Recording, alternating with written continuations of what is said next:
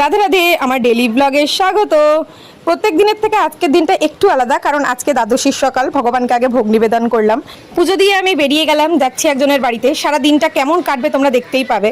গিয়ে গল্প, মজা, গান, আড্ডা শুরু হলো। তারপর দুপুরবেলা তাড়াতাড়ি লাঞ্চ করে বেরিয়ে পড়লাম। আরজি করে যে মর্মাহত কেসটা আমরা এখনো ভুলতে পারিনি, সেই কেসটারই একটা মুভি বেরিয়েছে, সেটা দেখতেই আমরা সবাই যাচ্ছি।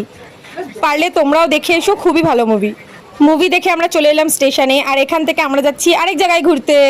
যা যা করবো ভেবেছিলাম ঠিক তেমন তেমন হয়নি, কিন্তু অনেকটা মজা এসেছে। যাচ্ছিলাম বাবুঘাটের উদ্দেশ্যে আরতি দেখবো বলে। আর তোমরা তো আমার আগের ভিডিওতে দেখেই নিয়েছো যে আরতিটা মিস হয়ে গেছে।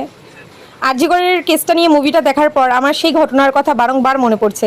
এতদিন সবাই ভুলে গেছিলাম, কিন্তু মুভিটা যেন আবার সব কিছু নতুন করে চাগার দিয়ে দিল। আরতি দেখতে না পাওয়ায় বাবুঘাটের থেকে প্রিন্সেপ ঘাটের দিকে হাঁটা শুরু করলাম। আর ওই রাস্তাতেই এখানে একটা মন্দির পড়ে, মন্দিরে নমো নমো করে চলে গেলাম সোজা। আর এই নৌকাগুলো দেখো দেখতে কি সুন্দর লাগে, যদিও আমি কখনো চড়িনি। ওপারে ঘুরে এপারে চলে এলাম। আর এখানে তো লাইটিংটাই মেন, কিন্তু জানি না কেন ব্রিজের লাইটটা পুরো বন্ধ ছিল। এই যে ঘুরে ফিরে সব বাড়ি ফিরছি, বেলঘুরিয়া নামবো, তাই ওরা সবাই উঠে দাঁড়িয়ে পড়েছে। আর বাড়ি ফেরার সময় দেখি এই ঠাম্মিটা রাস্তা ভুল করে ভুল ট্রেনে উঠে বেলঘুরিয়া নেমে গেছে, তাই মা ঠাম্মিটাকে অটোতে তুলে দিতে যাচ্ছিল। বাড়িতে এসে আমি খাচ্ছি আমের ডাল দিয়ে আলু ভাজা ভাত, আর বোন, উপেন, মিমি এখানে চিকেন বিরিয়ানি নিয়ে খেতে বসেছে। আর এই যে এখানে মিমি, উপেন বাড়ি চলে যাচ্ছে। এভাবেই একটা সুন্দর দিন শেষ হলো। দেখা হচ্ছে পরের মিনি ব্লগে। টাটা।